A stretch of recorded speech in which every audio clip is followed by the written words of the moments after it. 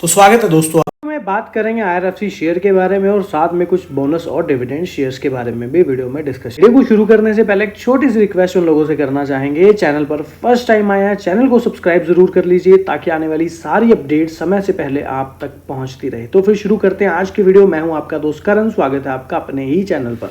LIC ने चुपचाप 3 नए स्टॉक जोड़ दिए, उसे क्या पता है जो हमें नहीं। तो एलआईसी शायद ही कभी बाजार को चौंकाती है। भारत के सबसे बड़े और सबसे रूढ़िवादी संस्थागत निवेशकों में से एक रूप में यह पश्चिम नामों के साथ रहना पसंद करता है और सिर्फ बुनियादी बातों और पूर्वानुमानित नकदी प्रवाह के साथ परिपक्व व्यवसाय है। मार्च के शेयर होल्डिंग डेटा में एलआईसी ने चुपचाप अपने पोर्टफोलियो में 3 नई कंपनियां जोड़ी हैं। सभी पहली बार शामिल की गई हैं और कोई भी आकर्षक या नई सूचीबद्ध नहीं है, बस अपने अपने क्षेत्रों में काम कर रही स्थिर कंपनियां। बात कर लेते हैं आईआरएफसी की। तो भारतीय रेलवे की वित्तीय शाखा जो इसकी विकास आवश्यकताओं को पूरा करने के लिए धन जुटाने के लिए जिम्मेदार है और प्राथमिक कार्य भारतीय रेलवे की ओर से इंजन, यात्री कोच और वैगन खरीदने के लिए धन जुटाना और साथ ही रेलवे परियोजनाओं को वित्त पोषित करना है। तो 4-5 पॉइंट हैं, स्टेप बाय स्टेप समझने की कोशिश करते हैं। आईआरएफसी सार्वजनिक क्षेत्र के संस्थाओं जैसे आरबीएनएल और आईकॉन को ऋण देता है, लोन देता है और 31 मार्च 2025 तक आईआरएफसी के पास 4.6 ट्रिलियन की प्रबंधन के तहत संपत्ति यानी कि एयूएम थी, जिसमें से 99% रेल मंत्रालय से प्राप्तियां थी। 4.6 ट्रिलियन की प्रबंधन के तहत एयूएम की बात कही जा रही है, जिसमें से आरबीएनएल और इनकॉन को भी ऋण जो है दिया गया है।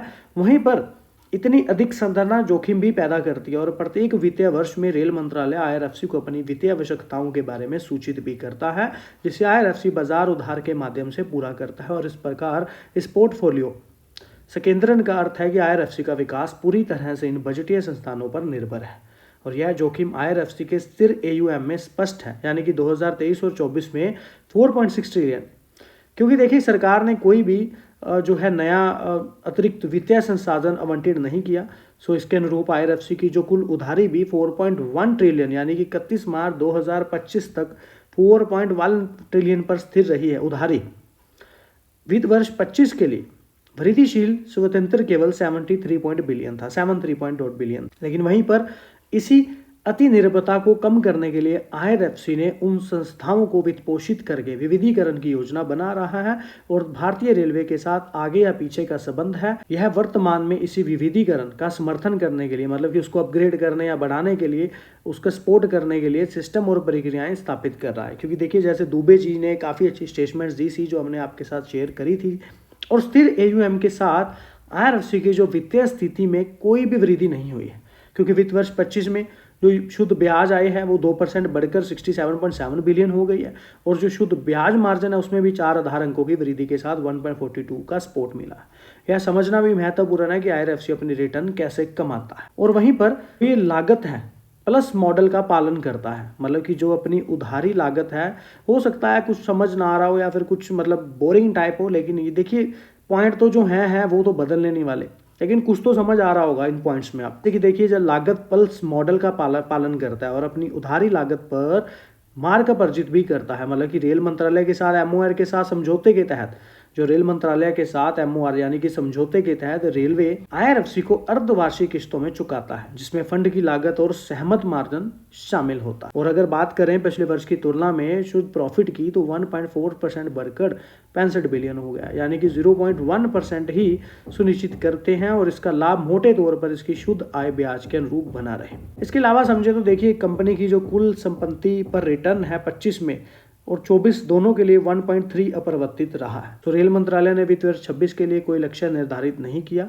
और जिसका अर्थ है कि वित्त वर्ष 26 में वृद्धि स्थिर रहने की संभावना है। तिमाही में एलआईसी की बात कर लें तो आईआरएफसी में 1.5% हिस्सेदारी खरीदी है एलआईसी ने, क्योंकि देखिए मूल्यांकन के दृष्टिकोण से समझें तो आईआरएफसी फिलहाल 3.5 के प्राइस टू बुक वैल्यू पर मल्टी पर कारोबार कर रहा है, जो 4 साल के औसत पर 1x से अधिक है। तो यहाँ पर काफ़ी सारी चीज़ें हमने यहाँ पर समझी कि रेल मंत्रालय के साथ जो समझौता हुआ है उसमें अर्धवार्षिक किस्तों में चुकाता है और जिसमें फंड की लागत और सहमत मार्जिन भी शामिल होता है।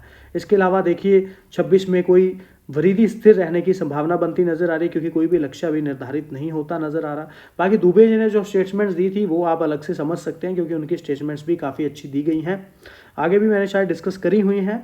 इसके अलावा देखिए एयूएम पे हमने बात करी है कि कंपनी का इस समय उधारी बहुत है, जो कहीं ना कहीं जोखिम भी पैदा करती है। लेकिन ये अलग बात है कि फिलहाल मतलब जो समझते हैं सिस्टम को, क्योंकि भारत आपको पता है गवर्नमेंट का फोकस रेलवे पर बना रहता है, तो जिस वजह से यहाँ पर अगर गवर्नमेंट पैसा लगाती रहेगी रेलवे पर तो कहीं ना कहीं इन कंपनियों को भी बड़ा फायदा इन फ्यूचर मिलता नजर आ सकता है। दूसरा पॉइंट यहाँ पर समझे तो कंपनी हर साल करीब 2 डिविडेंड देती नजर आ रही है। 2023 में 2 डिविडेंड मिले, 2024 में 2 डिविडेंड मिले और फिलहाल 25 अभी चल रहा है तो 1 डिविडेंड देखने के लिए मिल चुका। एक्सपेक्टेशंस हैं कि आगे भी नवंबर दिसंबर या नवंबर के करीब या अक्टूबर के करीब 1 डिविडेंड और आता नजर आ सकता है। इसके अलावा समझे तो ट्रेंड में भी कुछ ना कुछ प्राइस स्ट्रेंथ बनती नजर आ रही है। ट्रेंड हम ये नहीं कह सकते कि बुलिश है, ना ही ये कह सकते कि बिरिश है, लेकिन ट्रेंड फिलहाल नेचुरल है। लेकिन आरएसआई, एमएसीडी और एमएसीडी सिग्नल की बात करें तो इनमें कुछ प्राइस स्ट्रेंथ जरूर बनती नजर आ रही है, जो कि एक अच्छा पॉइंट है। म्यूचुअल फंड की बात कर लें तो अप्रैल मंथ के म्यूचुअल फंड डाटे के अपडेट के अकॉर्डिंग 4,08,000 के स्टॉक्स का करीब चेंज हुआ है। 49 म्यूचुअल फंड ने बाय किया है, 13 म्यूचुअल फंड ने सेल किया है।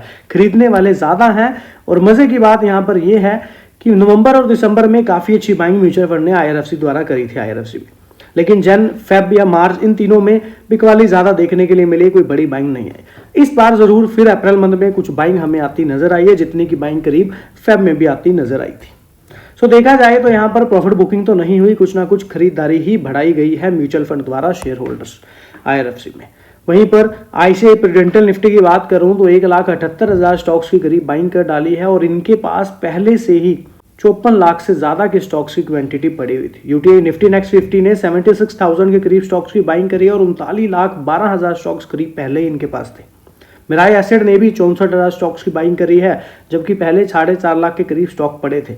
एसबीआई निफ्टी ने भी 41,000 स्टॉक्स की बाइंग करी, जबकि 12.5 लाख के करीब क्वांटिटी पहले भी पड़ी हुई थी। मेन पॉइंट समझे तो अभी फिलहाल एक नई पॉइंट अपडेट होता नजर आ रहा है, वो है क्रेडिट रेट। तो क्रेडिट रेटिंग जो है यहाँ पर अपडेट होती नजर आ रही है आज 31 मार्च 2025 तक, जहां पर डोमेस्टिक लेवल पर AAA की रेटिंग 3 कंपनियों द्वारा बड़ी दी जा रही है, लॉन्ग टर्म की और शॉर्ट टर्म में A1+ यहाँ पर रेटिंग देखने के लिए मिल रही है।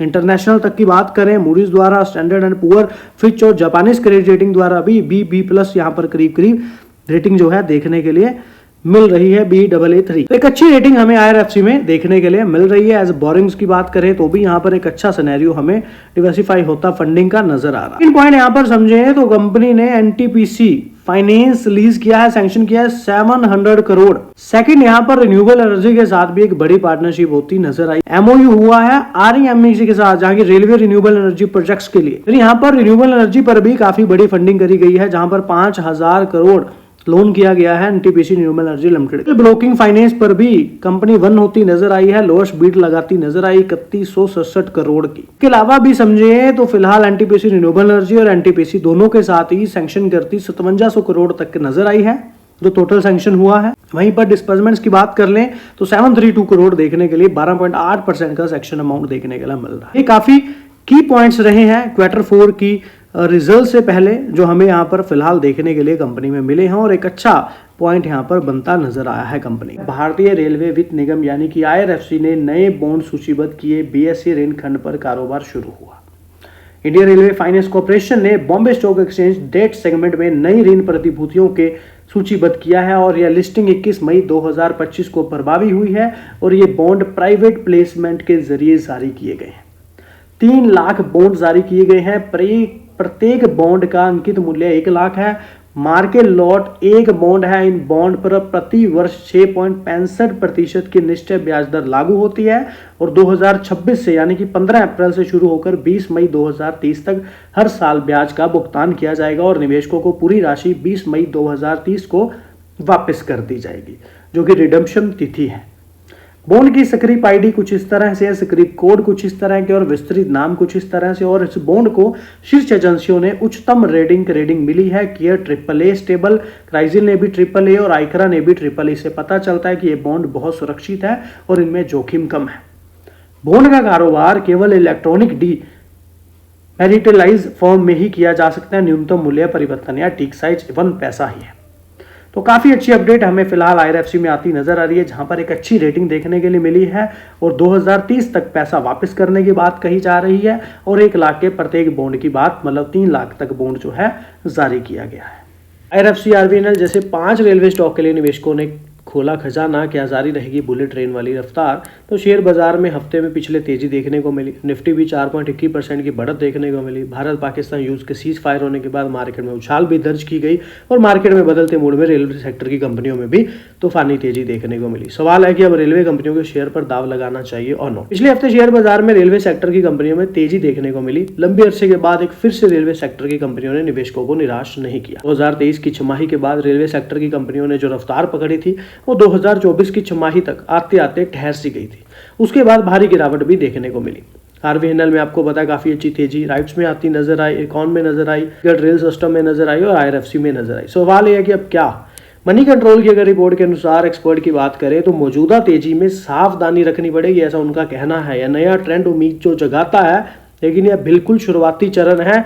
ऐसे निवेशक जो मीडियम से लॉन्ग टर्म इन्वेस्टमेंट करते हैं उनके लिए रेलवे स्टॉक अच्छा साबित हो सकते हैं। तो यहाँ पर चौकन्ने रहने की बात कही गई है, लेकिन लंबे समय के लिए तो कोई दिक्कत नहीं है। शॉर्ट पीरियड के लिए यहाँ पर शुरुआती चरण में ट्रेंड जो है उम्मीद जगाता है, लेकिन शुरुआती चरण है, इसीलिए सावधानी जो है चौकन्ने रह करके धीरे धीरे से स्टेप जो है ले जा सकता है। जैसे 20-100 रुपए भी निवेश कर रहे हैं तो 5-5 करके 20 बार में निवेश करें। जैसे जैसे स्टॉक 5-5 पॉइंट 10-10 पॉइंट गिरता है, थोड़ा थोड़ा एक्यूमुलेशन करते हैं, लंबे समय में अच्छे रिटर्न बनेंगे और एक अच्छी एवरेज पे स्टॉक बना रहेगा। वहीं पर आईआरएफसी पर भी एक पटरी पर जानिए कैसे रहे ट्रेंड और टारगेट। तो 18 नाउ के खास बातचीत शो में राजेश पलविया ने कहा है कि रेलवे शेयरों में पॉजिटिव गति अभी भी बनी रह सकती है, क्योंकि इनमें गिरावट के संकेत दिख रहे हैं। उसके अलावा एक्सिस सिक्योरिटीज का राजेश पलविया है जिन्होंने यहाँ पर बात की है। उन्होंने कहा है कि आईआरएफसी के शेयरों ने ब्रेकआउट दिया है और मौजूदा चार्ट स्ट्रक्चर पॉजिटिव दिख रहा है। और साप्ताहिक चार्ट पर भी आईआरएफसी ने 10-11 हफ्तों के लंबे कंसोलिडेशन के बाद फिलहाल ब्रेकआउट जोन है। बाजार विशेषज्ञ ने कहा है कि तेज गिरावट और निचले स्तरों पर लंबे समय तक समेकन के बाद रेलवे शेयरों में तेजी आई और अल्पावधिक शेयरों में 10% तक की तेजी की उम्मीद है। तो आईआरएफसी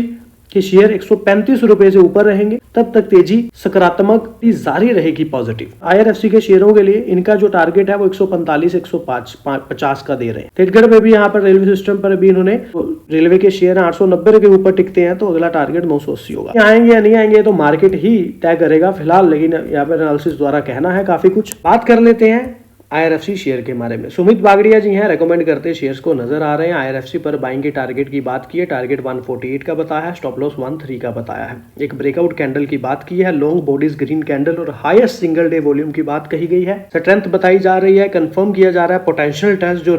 पोटेंशियल ट्रेंड जो रिवर्सल होता नजर आ रहा है, एक न्यू अप ट्रेंड देखने के लिए मिल रहा है जो आईआरएफसी को 148 तक लेकर या उससे ऊपर लेकर के जा सकते हैं, ऐसा सुमित बागड़िया का कहना है। आरएसआई 66.3 पर देखने के लिए मिल रही है, जिसका मतलब पॉजिटिव मोमेंटम बना हुआ है, मतलब एक स्ट्रेंथ बनती नजर आ रही है। अगर आईआरएफसी शेयर प्राइस होल्ड करता है अब द वॉल्यूम वेट एवरेज के, तो यहाँ पर अप्रोक्सीमेटली 136 के करीब बताया जा रहा है और रिकवरी होती एंटीसिपेट कमिंग सेशंस में भी नजर आ सकती है, ऐसा इनके द्वारा कहना है। तो आईआरएफसी का शो करता साइन जो है रिकवरी शॉर्ट टर्म में हो सकती है और ब्रेक अब 140 को करता है तो एक नई अपॉर्चुनिटी बनती है ऑन डिप्स। यहाँ पर देख सकते हैं 133 को स्टॉप लॉस बना करके 148 तक का टारगेट इन्होंने यहाँ पर दिया है। अब ऐसा होगा या नहीं ये तो मार्केट ही बताएगा। अलावा समझ ले तो यहाँ पर न्यूज 18 पर देखने के लिए बुलिश रिवर्सल पैटर्न की बात कही जा रही है और ब्रेकआउट के बाद रुकने नहीं वाला ये स्टॉक अहम लेवल। तो आईआरएफसी जबरदस्त तेजी देखने के लिए मिली, नो डाउट। सेक्टर सबसे ज्यादा नजरों में आने वाली कंपनियों में से एक बन गई। के पीछे दो वजह आई सामने, एक टेक्निकल संकेत, दूसरी भारत में रेलवे इंफ्रास्ट्रक्चर पर हो रहा है बड़ा खर्च, जो कि मैं आपके साथ वैसे शेयर करता ही हूँ। ऑक्टविट्स की रिपोर्ट के अनुसार सेबी रजिस्टर्ड एडवाइजर प्रमीला बालकला ने आईआरएफसी को एक मजबूत सरकारी कंपनी बताया, भारतीय रेलवे के लिए फाइनेंस उपलब्ध कराने का एक मात्र जरिया, और मतलब कंपनी का इस क्षेत्र में एक तरह से एक अधिकार, और सरकार इसे 100% गारंटी भी देती है और साथ ही अब कंपनी को रेलवे से लंबी अवधि के लिए किराए की कमाई भी होती रहती है, जिसकी उसकी आमदनी में स्थिरता बनी रहती है। आईआरएफसी निवेशकों को अच्छा डिविडेंड भी देती है, इसमें तो नो डाउट कि प्रॉफिट मार्जिन अच्छी है और फिलहाल यह शेयर सस्ते वैल्यूएशन पर उपलब्ध है, पर पी रेशो पर मुझे थोड़ा डाउट है, यहाँ पर पी रेशो ज्यादा है। इनके द्वारा ये कहा जा रहा है कि जो बताता है कि शेयर अब भी सस्ता और लंबी अवधि के लिए अच्छा मौका हो सकता है। आप एक बार देख सकते हैं पी रेशो कितना है। टेक्निकल के नजरिए से आईआरएफसी के शेयरों में मजबूती के संकेत मिल रहे हैं और प्रेरणा का कहना है, प्रमीला का RSI 53.2 तक पहुंच गया है, शेयर में वॉल्यूम भी बड़ा है, जो बताता है कि लोग इसे खरीद रहे हैं। शेयर 20 और 50 दिन की मूविंग एवरेज से ऊपर ट्रेड कर रहा है, जो निकट भविष्य में तेजी का संकेत देता है। उन्होंने यह भी बताया कि 100 से 95 के स्तर बड़े इंस्टीट्यूट इस शेयर को खरीदना पसंद करते हैं। अगर शेयर 130 रुपए से ऊपर मजबूती के साथ निकल जाता है तो 165 से 180 रुपए तक तेजी आ सकती है और लंबी अवधि में 200 से 230 तक के टारगेट संभव है, यानी यहाँ से करीब 80% की बढ़ोतरी की संभावना बन सकती है। तो 130 के ऊपर तो शेयर हमें निकलता करीब नजर आया ही है। इसी रिपोर्ट में एक और तकनीकी विशेषज्ञ अनुपम वाजपेयी के हवाले से लिखा गया है कि आईआरएफसी ने 126 रुपए के अहम रेजिस्टेंस स्तर पार किया और राउंडिंग बॉटम पैटर्न के बाद आया और वॉल्यूम भी मजबूत रहा और यह एक क्लासिक बुलिश रिवर्सल यानी तेजी की वापसी का पैटर्न माना जाता है। उनका टारगेट 136 है और अब 126 का स्तर जो है सपोर्ट बन गया है। रेलवे को लेकर हो रहे बड़े प्रोजेक्ट्स जैसे बुलेट ट्रेन, रेलवे लाइन विद्युतीकरण कंपनी के लिए मददगार भी साबित हो सकता है कि शेयर साल की शुरुआत से अब तक 13% गिर चुका है और अब इसमें तेजी की वापसी के मजबूत संकेत मिल रहे हैं। तो ये पॉइंट्स तो सही है, लेकिन अगर बात करें इंपॉर्टेंट लेवल की, वो तो देखिए बाजार ही तय करेगा कि यहाँ पर क्या देखने के लिए आगे मिल सकता है या फिर बाजार का स्ट्रक्चर कैसा रहता है, आगे क्या अपडेट्स रहती हैं, चीजें ही बहुत मैटर करती है। IRFC को समझने की कोशिश करें तो IRFC में आपको ये नहीं भूलना कि एक बड़ी अपडेट फिलहाल हमें देखने के लिए मिली थी, जहां पर 60,000 करोड़ तक की जुटाने की मंजूरी भी मिली और कहा गया था कि धनराशि कर मुक्त बॉन्डों, निजी प्लेसमेंट या सार्वजनिक आधार पर बॉन्डों पूंजी के लाभ सरकार द्वारा गारंटीड सेवा प्रदान करने में बोर्ड शामिल है, जो कि हमें कंपनी के रिजल्ट्स के साथ ये चीज आती नजर आई थी। और इसके अलावा भी IRFC के बोर्ड के कार्यभार ग्रहण की थी और रणधीर सहाय को निदेश वित्त के रूप में नियुक्त करने को मंजूरी भी मिली। रोल मिलती गवर्नमेंट से नजर आ रही है डेप्ट के लिए। सरकारी दस्तावेजों से पता चलता है कि भारत के IRFC को डीप डिस्काउंट ऋण जारी करने की मंजूरी मिल गई है। राइटर्स के अकॉर्डिंग यहाँ पर जो न्यूज आई है, IRFC के डिप डिस्काउंट बॉन्ड के माध्यम से 100 बिलियन रुपए यानी कि 1.17 बिलियन डॉलर तक जुटाने की सरकार की मंजूरी मिल गई है। और ये कोई छोटी अपडेट IRFC की नहीं है। अगर इतनी बड़ी अमाउंट की मंजूरी मिली है तो दैट मीन अमाउंट के आने के बाद, जैसे कि दुबे जी के काफी सारी स्टेटमेंट्स थी जो मैंने आपके साथ पहले वाली वीडियोस में काफी बार शेयर की कि इनको यहाँ पर 2 से ज्यादा 3 गुना मार्जिन आगे मिल सकता है और अब कंपनी नवरत्न स्टेटस पर भी है। तो यहाँ पर देखिए कॉर्पोरेट बॉन्ड संरचना है जो सरकारी कंपनियों के बीच लोकप्रिय हो रही है और डीप डिस्काउंट बॉन्ड आमतौर पर उन्हें अंकित मूल्य पर छूट पर जारी किए जाते हैं जो नियमित ब्याज नहीं देते या शून्य कूपन नोटों के समान विशेषता जो पूर्ण निवेश जोखिमों को दूर करता है और उसके बजाय बॉन्ड को परिपक्वता और अंतिम मूल्य पर भी बनाया जाता है, जिससे निवेशकों को उनके निवेश पर अच्छा रिटर्न मिलता है। 14 मई को सार्वजनिक रूप से उपलब्ध सरकारी दस्तावेज से पता चला है कि IRFC के पास 10 साल की परिपक्वता अवधि वाले deep discount zero coupon bond के जरिए मार्च 2027 के अंत तक धन जुटाने का समय है और यह बॉन्ड 49.16 बिलियन रुपए की छूट पर जारी किया जाएगा। और IRFC में टिप्पणी मांगने के लिए राइटर्स की ईमेल का जवाब नहीं दिया। कम से कम 6 भारतीय सरकारी कंपनियों ने डीप डिस्काउंट बॉन्ड जारी करने के लिए सरकार की मंजूरी मांगी है, जिसमें IRFC पिछले 3 महीनों में मंजूरी प्राप्त करने वाली housing and urban development corporation हुडको and PFC power finance corporation के बाद तीसरी इकाई बन गई। हालांकि मर्चेंट बैंकों के अनुसार निवेशकों की कमजोर रुचि के कारण अनकश मूल्य निर्धारित करने के लिए PFC को भारी छूट वाले बांडों को माध्यम से जुटाने की योजना को स्थगित करना पड़ा। बाकी अब ये होगा या नहीं, ये तो मार्केट ही तय करेगा। आगे हम IRFC पर ही इंपॉर्टेंट अपडेट्स जो हैं डिस्कस करेंगे। एंड पर डिविडेंड शेयर्स के बारे में बात करें। क्या आपको अल्पवादिक में, मध्यम अवधि में, मतलब मीडियम टर्म में कोई स्टॉक के नई आईडी की आवश्यकता है या फिर विश्लेषकों की नज़र में कौन से वो स्टॉक है जो नवरत्न पीसी है या फिर कुछ स्टॉक अच्छे बेटर बनते नजर आ सकते हैं, तो खरीदने योग्य स्टॉक। विश्लेषक ने कहना है कि 34% तक मजबूत लाभ के लिए इंटरग्लोबेशन और IRFC को खरीदने की सिफारिश है। खरीदने के लिए अनुकूल भारतीय शेयर बाजार जबरदस्त उछाल आपको पता है 12 मई को आता नजर आया, लेकिन कहीं ना कहीं आज भी एक फॉल आता बाजार में नजर आया। सो इन सभी की जो देखते हुए IRFC पर जो है 134 157 तक के टारगेट देखने के लिए मिल रहे हैं। बोनांजा के वरिष्ठ तकनीकी अनुसंधान विशेषज्ञ कुणाल कांबले ने नवरत्न PSU स्टॉक को खरीदने की सिफारिश की है, जहां पर उन्होंने टारगेट 157 तक के बताए हैं। इसके अलावा समझ लें तो 109 रुपए पर करीब सपोर्ट बताया है IRFC का और एक गैप अप ओपनिंग के साथ जोरदार वापसी की है और कीमत जो है 21 डे जो डबल एक्सपोलेशन मूविंग एवरेज है उससे ऊपर बनी हुई है और तेजी के संकेत भी हैं और RSI भी कीमत और गति के बीच एक तेजी का विचलन स्पष्ट है। जबकि कीमत कम निचले स्तर पर बनी हुई है, सो RSI उच्च निचले स्तर पर बना हुआ है जहां पर उलटफेर का संकेत देता है। जबकि IRFC 109 के ऊपर स्तर को बनाए रखता है तो निकट भविष्य में 134 से और बढ़ने के लिए अच्छी स्थिति में है, जिसके बाद 157 तक के संभावित बढ़त। अगर 109 के ऊपर सस्टेन कर जाता है तो 134 और -57 तक के लेवल देखने के लिए मिल सकते हैं, ऐसा इनके द्वारा कहना है। अगर आप देखें तो अभी फिलहाल में जो डिविडेंड अनाउंस किया गया 0.80 पर पैसे का डिविडेंड कंपनी ने दिया, जिसकी रिकॉर्ड डेट आपको पता 21 मार्च रखी गई थी। इसके अलावा भी समझे तो कंपनी ने कुल मिलाकर के शेयर धारकों को बार लाभांश जो दिया है या भुगतान किया है या फिर डिविडेंड दिया है, IRFC ने अब तक अपने शेयर धारकों को करीब 7 रुपये 5 पैसे का भुगतान किया है और साल में 2 बार डिविडेंड IRFC का देखने के लिए मिल जाता है। वहीं पर 0.80 रुपये के डिविडेंड के अलावा समझें तो कंपनी ने यहाँ पर 1.5 रुपये 1.43 1.83 का डिविडेंड 2021-22 में भी देखने के लिए मिला। 52 वीक हाई लो की बात करें 108 से 229 तक का सफर IRFC में हमें होता नजर आया है। तो IRFC मेट्रो और रैपिड रेल परियोजनाओं पर भी विविधता लाकर विकास की ओर आगे बढ़ने की बात कर रही है।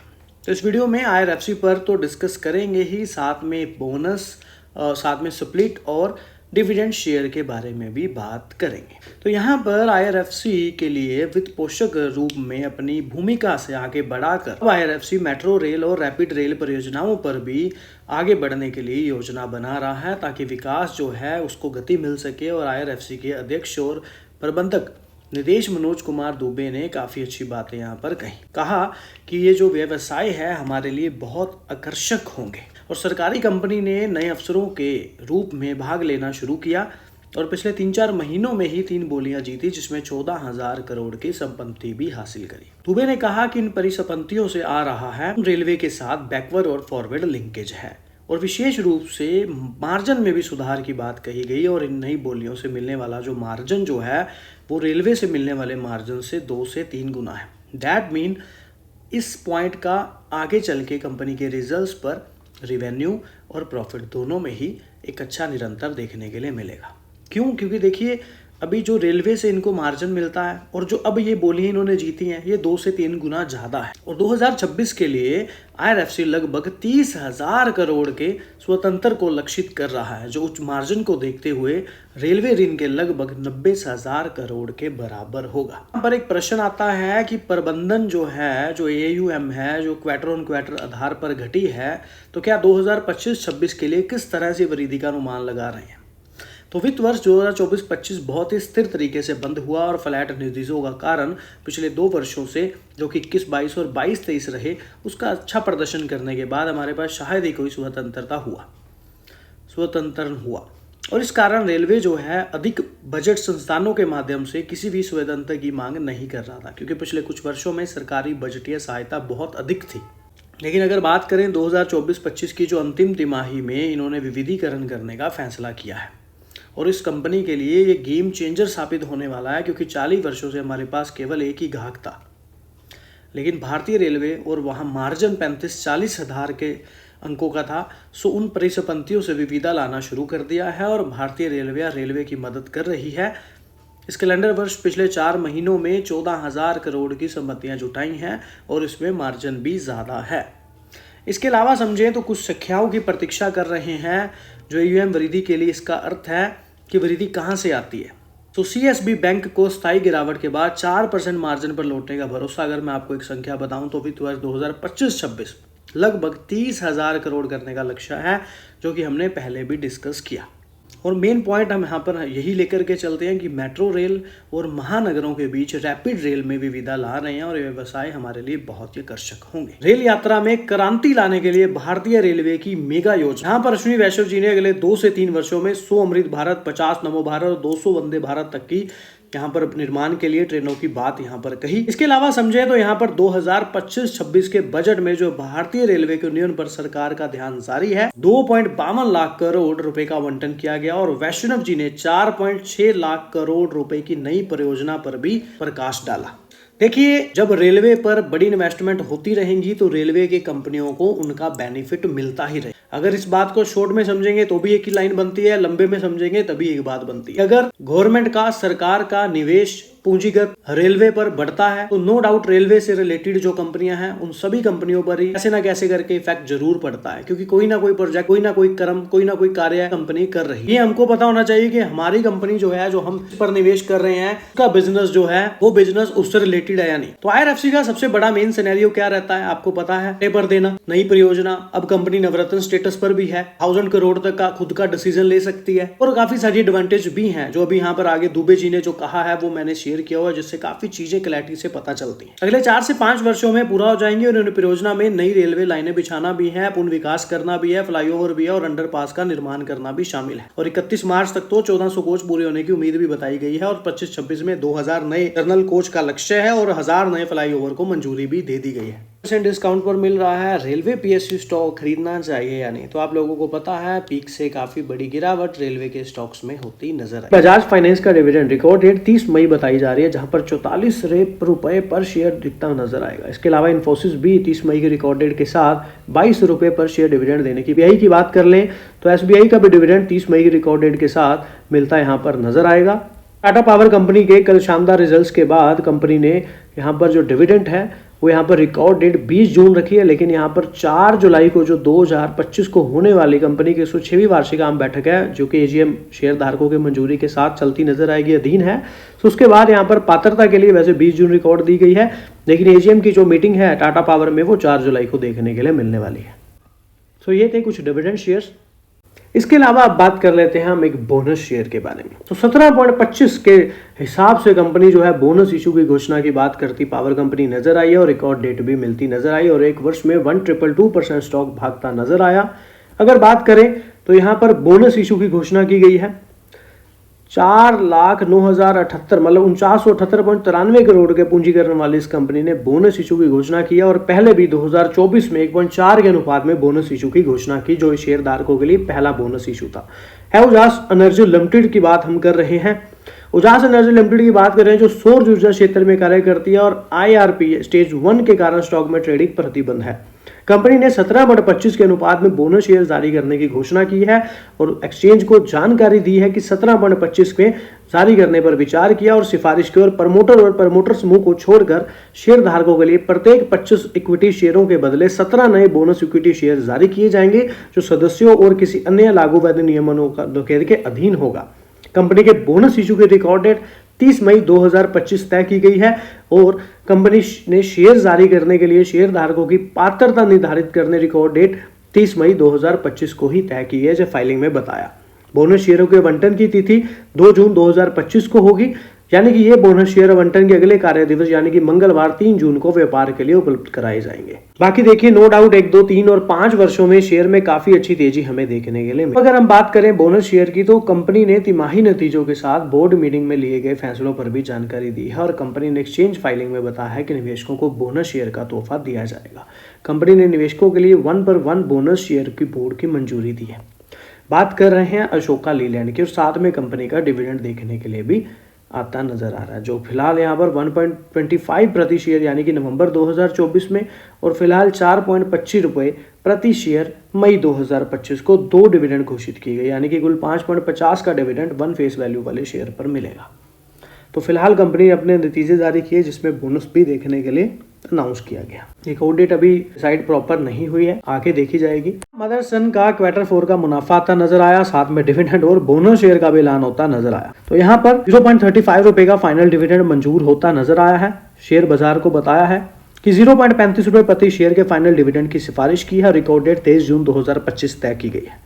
जिस तारीख इन शेयरों को धारकों के नाम मालिकों के तौर पर registered of members of the company का मतलब कि रिकॉर्ड डेट पे स्टॉक होंगे तो वो डिविडेंड पाने के हकदार होंगे, यानी कि 23 जून। डिविडेंड पर 28 अगस्त को होने वाली क्या है कंपनी की सालाना आम बैठक है, जो कि शेयर होल्डर्स की मंजूरी पर निर्भर करता है और मंजूरी मिलने के बाद 30 दिनों के अंदर पेमेंट जो है कर दिया जाएगा, यानी कि 26 सितंबर 2025 को या उससे पहले पेमेंट जो है आता नजर आएगा।